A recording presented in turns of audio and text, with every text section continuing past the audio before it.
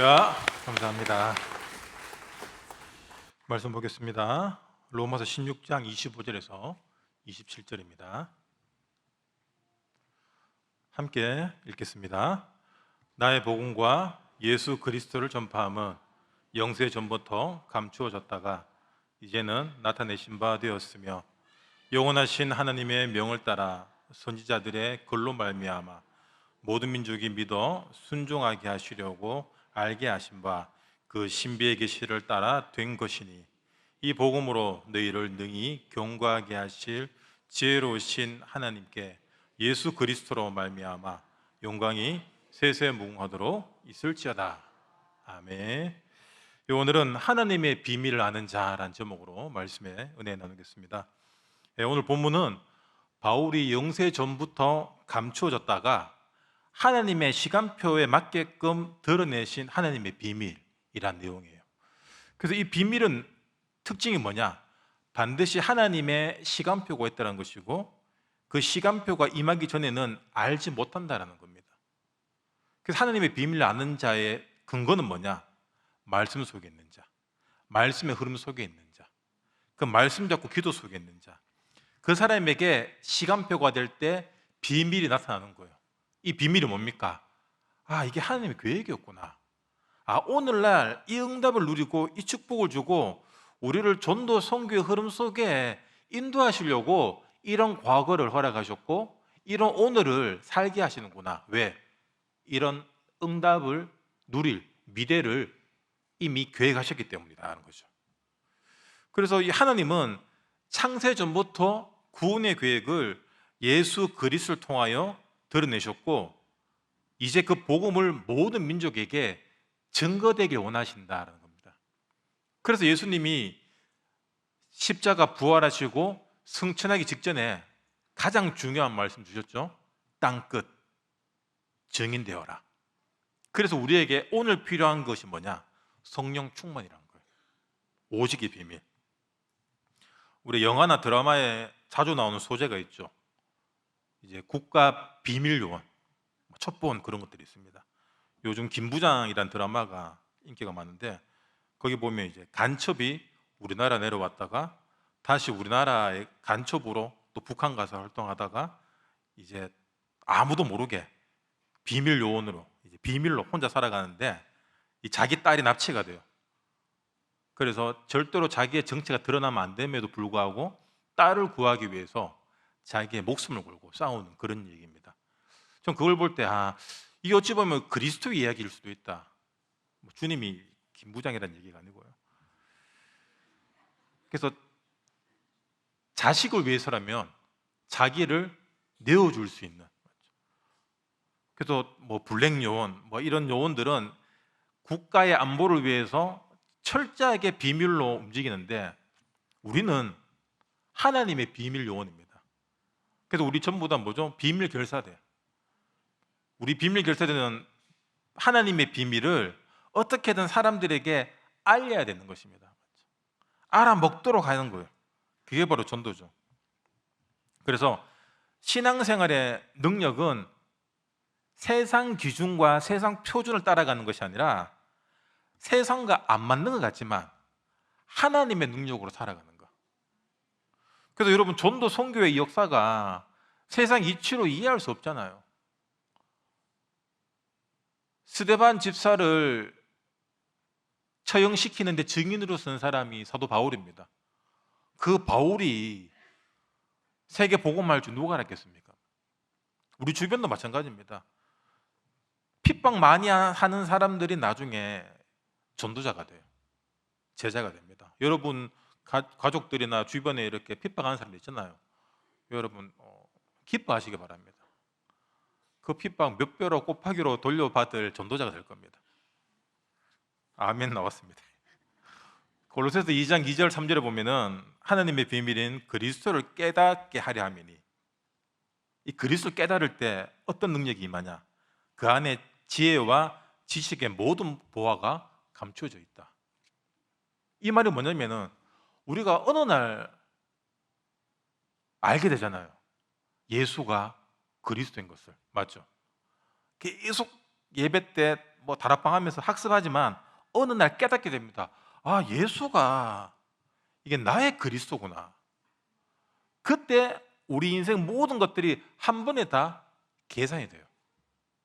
근데 이거 모르면은 끊임없이 내가 이 해석을 해야 됩니다. 아, 이거 왜 이렇지? 저거 왜 이렇지? 사람들이 만들어낸 게 철학 아닙니까? 그래서 만들어낸 게 종교입니다. 왜? 인생이 해석이 안 되거든요. 어찌 보면 우리 인생은 미스터리입니다. 해석이 안 돼요. 그런데 이 모든 것이 창세전에 나의 구원을 위해서 계획된 하나님의 은혜구나라는 걸 깨닫게 되면은 모든 게 답이 나집니다. 그래서 이번 주 강단에도 나왔지만 마태복음 13장 44절에 천국은 마치 감추인 보화 같다. 밭에 검은 보화가 깔려 있습니다. 전 재산을 팔아서 그 밭을 사죠. 왜 그렇죠? 가치가 있기 때문에. 그 밭을 사는 순간 그 보화가 내 것이 됩니다. 이게 하나님의 비밀을 아는 자예요. 야, 우리 인생 살면서 영혼 구원하는 것이 가장 가치 있는 일이구나. 그러면 그 일에 우리가 올인하는 겁니다.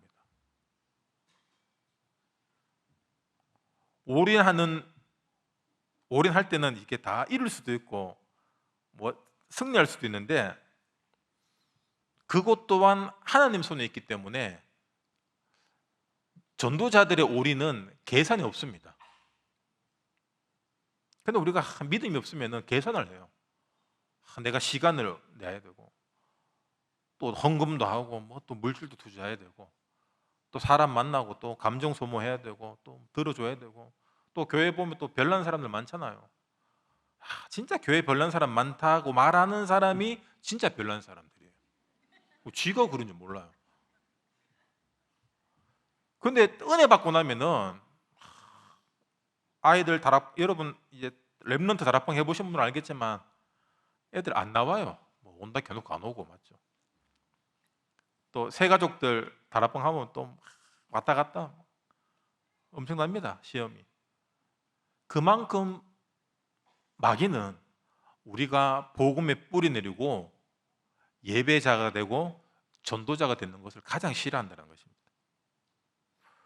그래서 복음을 가졌다, 그렇단 말은 우리가 복음이 우리 삶의 기준이 되고 기준된 만큼 합리적이어야 됩니다.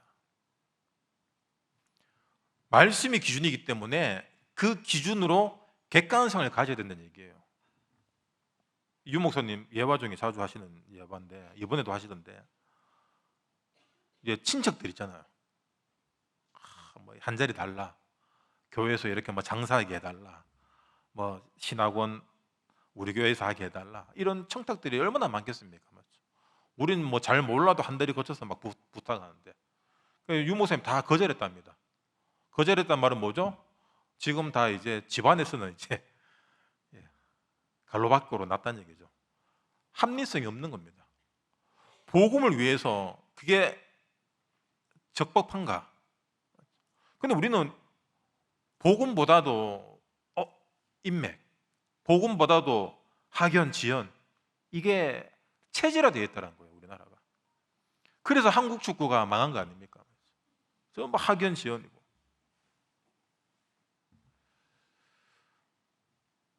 객관성이 뭐냐면 복음이 기준인 거예요. 그럼 그 기준의 중심이 뭐냐? 살리는 겁니다. 살리는 건 무조건 잘해주는 게 아니에요. 우리는 자꾸 뭐 이상한 사람 살려야 된다 하면서 뭐 자꾸 이렇게 보호해 주는 게 아닙니다. 우리가 아이들 교육하고 훈육할 때 무조건 그래 마음대로 다 해. 여러분 그 사회가 망합니다, 나중에. 맞죠? 그래서 성경에도 나오지만 애들은 어릴 적부터 조져야 돼요. 말 안 들으면 뭐. 근데 마귀가 어떻게 했습니까? 이걸 법으로 이제 나도 신고하는 거 아닌가? 이 법으로 이제 부모님도 이제 손 못 대게 만들어 놨잖아요. 그래서 잘못됐구나, 내가 틀렸구나, 이걸 깨달아야 돼. 그걸 아는 게 합리성이고 객관합니다. 우리는 교회 오래 다니고 뭐 직분 있고 이러면은 내가 다 맞다라고 착각해요. 이건 맞지, 당연히 내 생각이 맞죠. 여러분, 그 확신이 들 때가 틀린 겁니다. 하나님의 계획이 뭘까? 여러분, 최소한 거기서부터 모든 생각과 선택의 시작이 되어야 돼요. 하나님의 계획이 뭘까? 내 생각은 이런데 지금 얘들이 이런 얘기를 하고 사람들이 이런 얘기를 하고, 그렇다면 지금 교회 흐름과 우리 교회 방향이 뭘까? 여러분, 그걸 보시면 돼요. 근데 유튜브에 보면 이제 잘 되는 교회들 막 탐방 가는 그런 내용이 있어요. 서울에 어떤 교회 보니까, 제가 그 교회 탐방을 몇 번 갔던 교회인데, 이제 새로운 전도사님이 오면서 그 초등부실을 로라장으로 만들었어요. 로라장 여러분 아시죠? 롤러블레이드 아닙니다. 로라장. 런던 나이트 노래 나오고. 웃으신 분들은 연식이 되신 분들입니다. 여러분, 그거를 반대하는 분 없을까요? 교회가 교회다워야지. 그리고 예산이 어떻고 뭐가 어떻고 얼마나 많은 반대가 있겠습니까? 그런데 그렇게 밀어붙이는 그 기준이 뭐냐? 영혼 구원 아닙니까? 맞죠? 어떻게든 아이들을 교회에 오게끔, 주중에 아이들이 교회 와서 놀고 교회 와서 공부하고, 그러면 당연히 친구들 데려오고. 결국 이게 전도로, 요즘에 아이들 전도하기 너무 어렵잖아요. 사실 불가능한 시대입니다. 애들이 너무 바빠요. 그리고 할 게 너무 많고, 교회 문화가 이제 세상 문화보다 너무 뒤처져 있기 때문에 교회 와서 애들 할 게 없어요. 그렇다면 우리가 전도를 기준으로 둔다면은, 그거는 어찌 보면은 누구에게는 개혁이지만 누구에게는 당연한 선택이라는 겁니다. 하나님의 비밀을 발견한 거죠. 내 목적, 내 생각, 내 동기가 아니라 하나님의 비밀이 뭘까? 하나님의 계획이 뭘까? 그렇다면 우리의 주관적인 그리고 이기적인 흑암이 물러간다라는 거예요. 그래서 본론으로, 우리는 과거, 오늘, 미래의 하나님의 비밀을 발견하고 축복을 누릴 자들입니다. 첫 번째로 과거의 비밀을 발견해야 돼요. 우리나라 사람들은 과거란 단어 자체에 굉장한 어떤 안 좋은 느낌을 갖고 있습니다. 맞죠? 여러분, 과거 다 있잖아요. 이러면 뭔가 좀 이상한, 좀 구린 그런 느낌. 여러분, 과거 없는 사람이 어디 있습니까? 근데 과거란 단어에 대한 이미지가 안 좋다라는 거예요. 왜 그러냐? 우리나라는 이스라엘하고 비슷하게 옛날부터 뭐 반만년 역사지만, 반만년 역사가 뭐죠? 포로노의 속국 이스라엘하고 똑같습니다. 맨날 쥐어 터지는 인생이었어요. 그러니까 과거라는 것 자체가 이미 우리 DNA 속에는 상처가 붙어 있습니다. 과거란 단어와 상처는 동일어예요, 어찌 보면. 근데 그 상처가 될 수밖에 없는 환경들, 요걸 마귀는 끊임없이 붙잡고 있다는 거예요.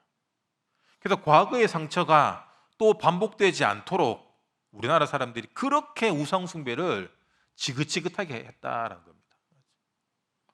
섬길 수 있는 우상은 다 섬겼잖아요. 그러니까 그렇게 마귀가 우리나라 가정과 가문에 붙어서 우리나라 사람들의 영혼을 갉아먹고 그걸 양식으로 살았다는 겁니다. 그래서 우리가 늘 말씀을 통해서 배우는 게 뭐죠? 과거는 발판이다. 복음의 발판이고, 복음으로 발판된 만큼 치유의 발판입니다. 그래서 내 과거가 참 가난했고 힘들었고 어려웠는데 하나님의 비밀을 발견하면은 더 이상 실패가 아니라 하나님의 완벽한 준비가 된다는 거예요.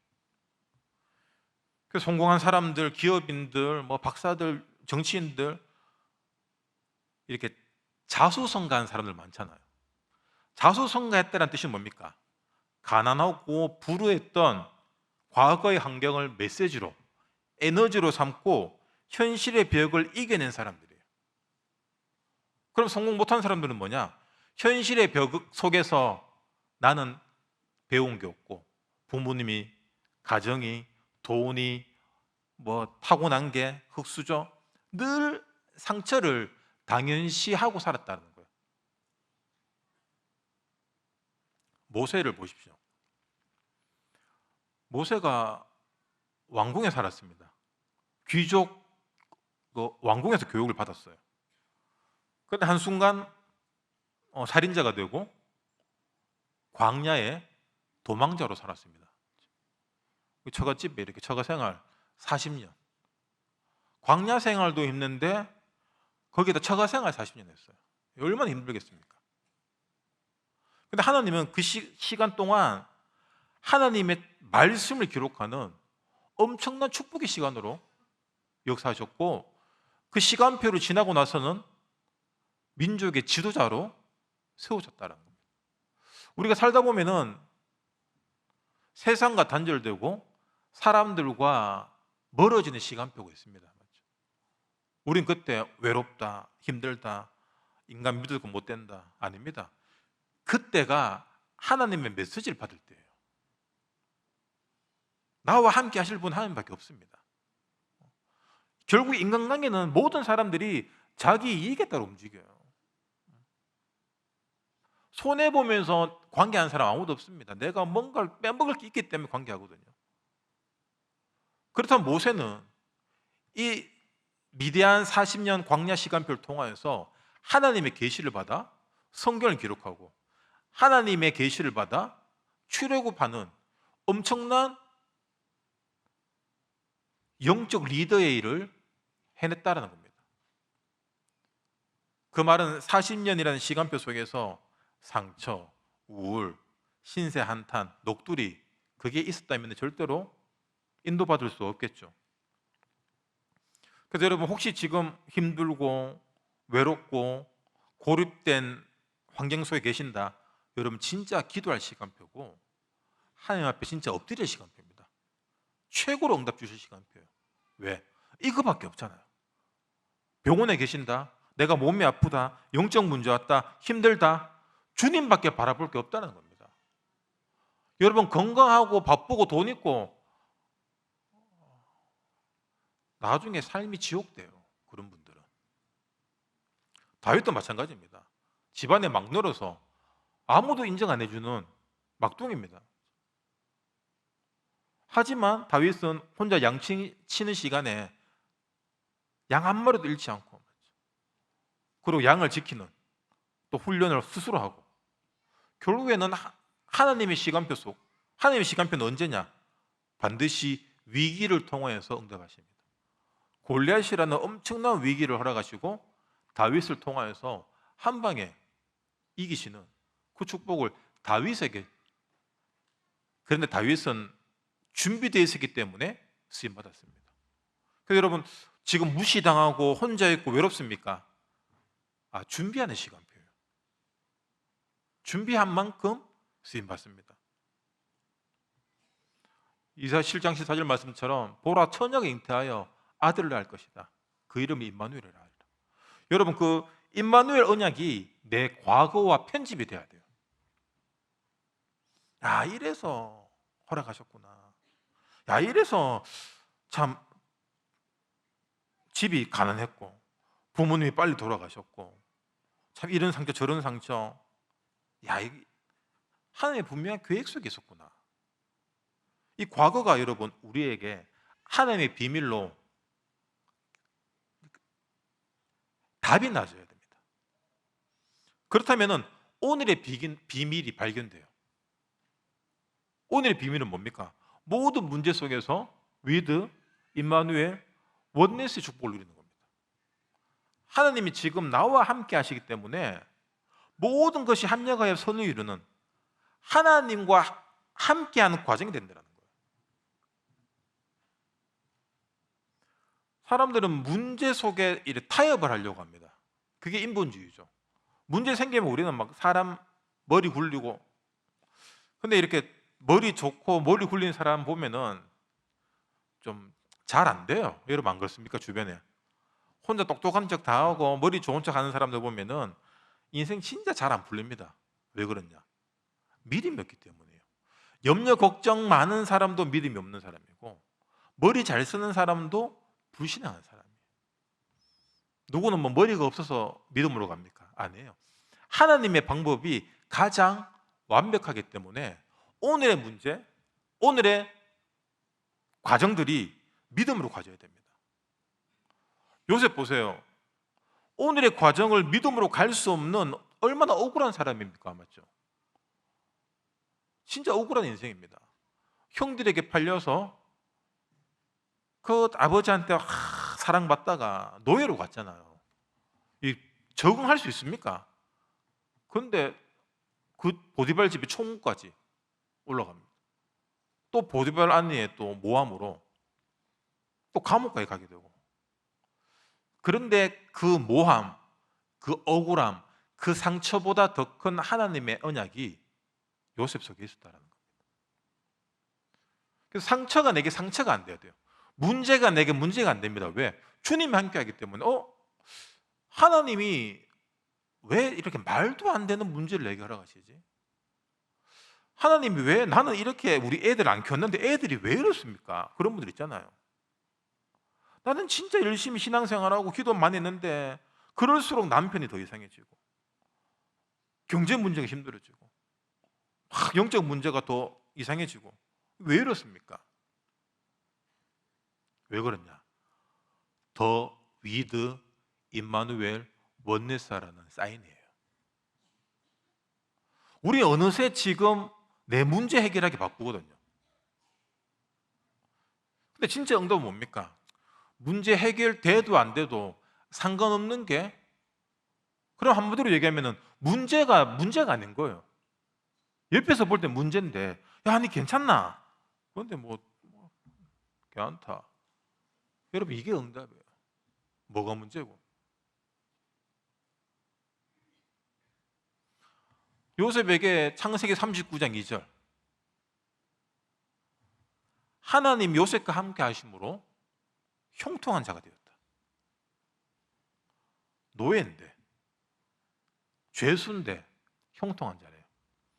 근데 그 15년 이상 되는 억울한 시간표를 언약 붙잡고 견뎌내니까 어떤 시간표 봅니까? 반등이 오죠. 역전이 오죠. 총리라는 세계 보고만의 시간표 봅니다. 요셉이 이거 참 이제 석방 되면은 공무원 준비해야지, 자격증 따야지 이렇게 생각했겠습니까? 아닙니다. 여러분, 언약 가지세요.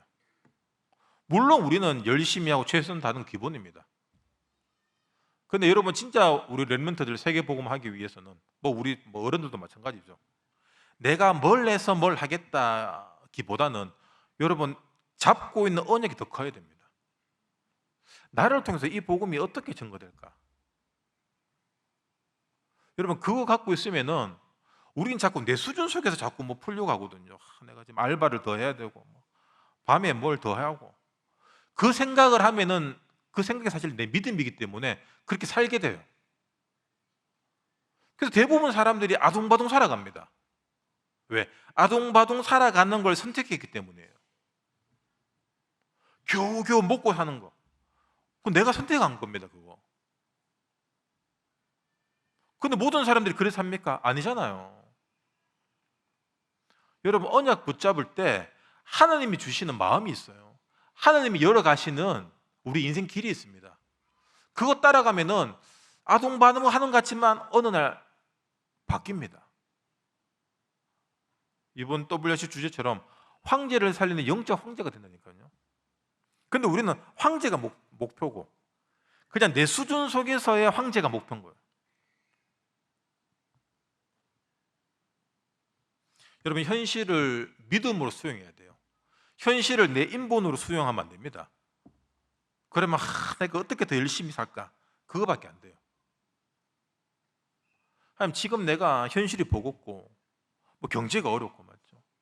병이 치유가 안 되고 여러 가지 난관이 있습니다. 하나님의 계획이 뭡니까? 그거 붙잡고 말씀 잡고 늘어져야 돼요. 그러면 거기서 어느새 하나님이 유일성의 응답을 주십니다. 그러면 내가 하는 학업, 직업, 우리 사역들, 이것들이 하나님의 절대 계획 속에 들어가게 돼요. 절대 계획 속에 들어갔단 말이 뭐죠? 절대 미션 속에 내가 있다는 겁니다. 우리 교회의 슬로건이 뭡니까? 전도목 교회고 훗날에 기억될, 전도로 기억될 교회 아닙니까? 그럼 미래의 일인데 과거형으로 우리에게 와닿듯이 우리의 과거가 하나님의 계획으로 보여진다면 오늘은 하나님의 분명한 응답을 누리는 시간표란 거예요. 그러면 오늘을 갖다가 우리가 답으로 누리기 때문에 우리 미래는 앞으로 내가 어떻게 살아야 될까가 아니라 하나님이 허락하신 절대 여정, 절대 망대 축복이 기다리고 있다는 겁니다. 그래서 세 번째로 미래의 비밀을 발견해야 돼요. 우리의 미래는 뭡니까? 세계복음화입니다.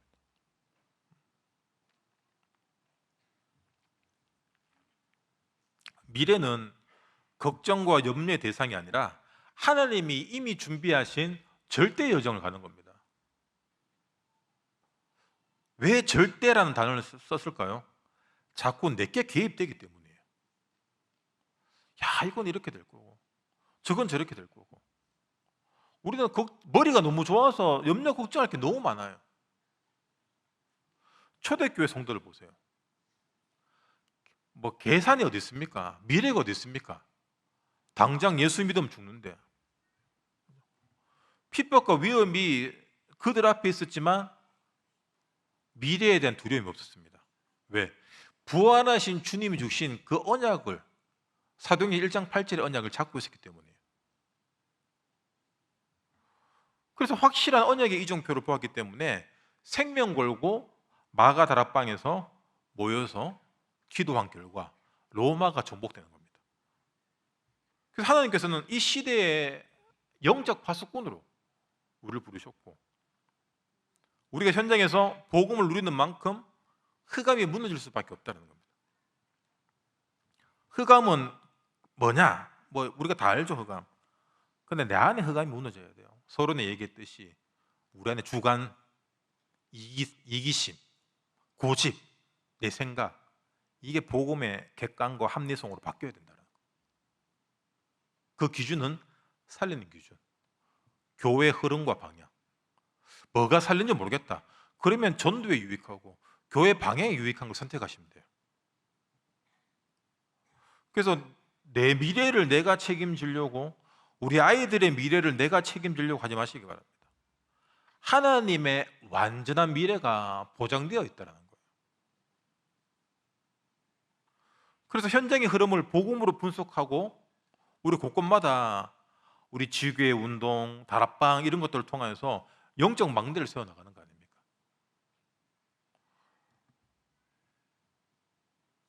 이번 주에 이제 권찰에 방학을 합니다. 방학을 하면은 원래 권찰들 뭐 구역견들 모여서 식사도 하고 하는데 요번에 식사를 안 해요. 연말에 할 때 같이. 왜 식사를 안 하냐? 원래 그 식사하는 그 재정은 구역 예배 드리고 거기서 헌금하고 이렇게 한 것들, 그런 재정들 모아서 식사를 하는데 그 재정이 지금 많이 안 모였대요. 그 말이 뭐냐면 구역 예배를 많이 안 했다는 얘기입니다.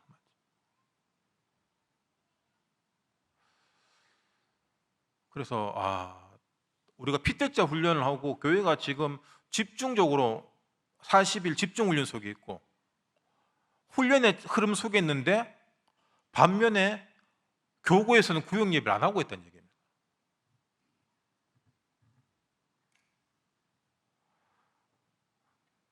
그래서 이거를 어떡할까? 어떡할까요, 여러분?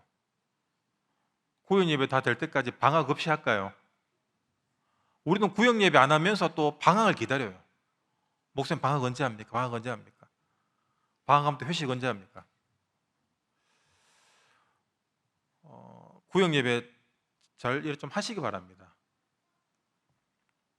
근데 몇 년, 오랫동안 하고 매너리즘 빠지고 재미없죠? 그래서 안 하는 거 아닙니까? 맞죠? 맨날 그 사람이 그 사람이고. 하나님의 비밀을 모르기 때문에 매너리즘에 빠지는 겁니다. 여러분, 권찰들하고 구역장들은 다 회개하시기 바랍니다. 그리고 진짜 영적으로 힘없고 그래 예배 회복해야 되겠구나. 우리 구역의 식구들 내가 살려야 되겠구나. 여러분 그 영적인 비밀과 하나님의 비밀을 좀 찾아내시기 바랍니다. 아멘. 그리고 구역 예배할 때 헌금 좀 하세요. 좀. 근데 이런 과거, 현재, 미래에 대한 하나님의 비밀을 누린 사람이 또 누구 있을까 제가 생각해 보니까 에브라함 링컨 대통령이 가장 잘 누린 사람 같아요. 제가 청년 때 이거 링컨 자서전을 읽고 굉장히 은혜를 많이 받았거든요. 이 기도실을 백악관을 기도실로 만든 사람, 그리고 노예 해방을 시킨 세계적으로 위대한 인물 아닙니까? 근데 안타깝게도 참 이 대통령이 총살 피격을 당해서 돌아가셨어요. 그래서 제가 책을 읽는데 참 너무 아깝고 안타깝더라고요. 그래서 돌아가신 그 부분에서 제가 울었어요. 책 보면서 너무 가슴이 아파서 우는데 그때 집에 어머니가 들어오는 거예요. 방에 뭐 들어오는데 울고 있는 거예요. 아들이 피도 눈물도 없는 게 울고 있는 거예요. 근데 엄마가 놀라고 근데 왜 우노 하는 거야. 엄마가 링컨이 죽었다 그러니까 엄마가 아이고 야구 언제 죽었는데 그래가 150년 전에 죽었다고 했어요. 링컨 돌아가신 지 한 160년 넘었지, 161년 뭐 이렇댔습니다. 링컨은 미국 역사상 가장 위대한 대통령이지만 가장 초라하기 시작한 대통령이었어요. 링컨은 어릴 적에 굉장히 가난했습니다. 그래서 거의 통나무집이라 하는데 거의 판자촌 같은 데 살았어요. 비 오면 비가 새고 그 빛 사이로 이렇게 또 책 보고 막. 어머니가 9살 때 돌아가시고 종교교육 못 받았어요. 할 게 없는 거예요. 할 게 없어서 뭐하냐, 성경 봤어요. 그게 대통령을 만드는 초석이 되었습니다. 그리고 청년 때 사업도 실패 많이 했고 사업에서 성공했으면 이 사람은 그냥 사업가로 갔을 사람이에요. 그리고 정치에도 굉장히 많은 낙선을 했습니다. 이 정도 되면은 참 인생에 낙이 없고 실패한 인생으로 볼 수 있음에도 불구하고 링컨은 과거를 저주로 보지 않고 가난한 사람들의 아픔을 이해하는 그런 마음을 갖게 되고 실패를 통하여서 하나님이 훈련시키는구나. 그리고 그 많은 상실 앞에서 정치하면 얼마나 더러운 걸 많이 봅니까? 맞죠?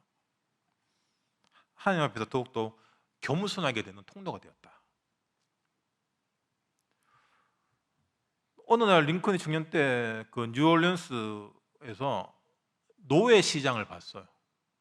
백인들이 흑인들을 쇠사슬에 묶어서 거래하는 걸 보면서 하나님의 절대 미션을 받게 됩니다. 이건 너무나 비성경적이고 마치 미국이 성경으로 세워진 나라 아닙니까? 노예를 해방시켜야 되겠다. 그리고 링컨이 대통령이 되고 그 노예 해방 제도 때문에 사실 남북 전쟁이 일어났습니다.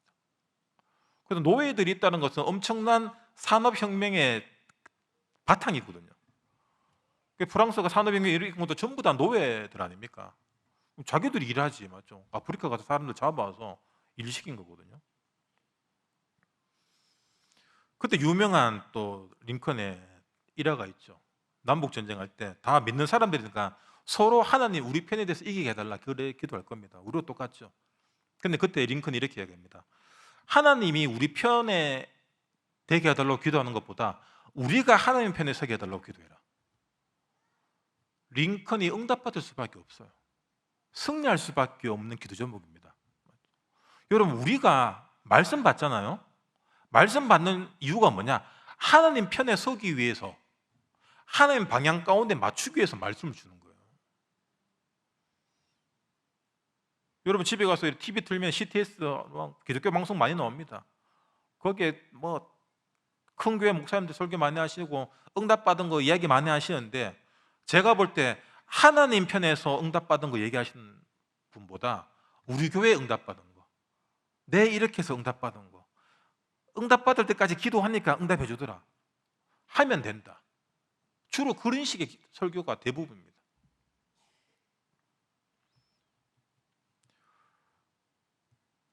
링컨은 말씀이 어릴 적부터 각인된 사람이었고, 그리고 뭐 배경도 없고 힘들잖아요.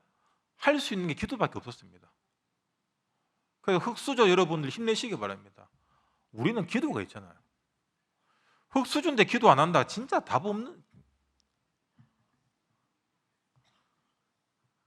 그래도 힘내시기 바랍니다. 모세는 광야 40년이 실패의 도망자의 자리가 아니라 하나님이 지도자로 준비시키는 시간표였고, 다윗에게 사울의 핍박은 저주가 아니라 진짜 왕으로 세우는 언약의 여정이었던 것입니다. 이 모든 게 다 뭐다? 하나님의 비밀이었던 거예요. 깨닫고 나면은 해답입니다. 모르면은 고난이고 답답해집니다. 그래서 크리스천들이 답답하니까 하나님의 비밀을 모르니까 무당한테 가서 비밀을 물어보잖아요.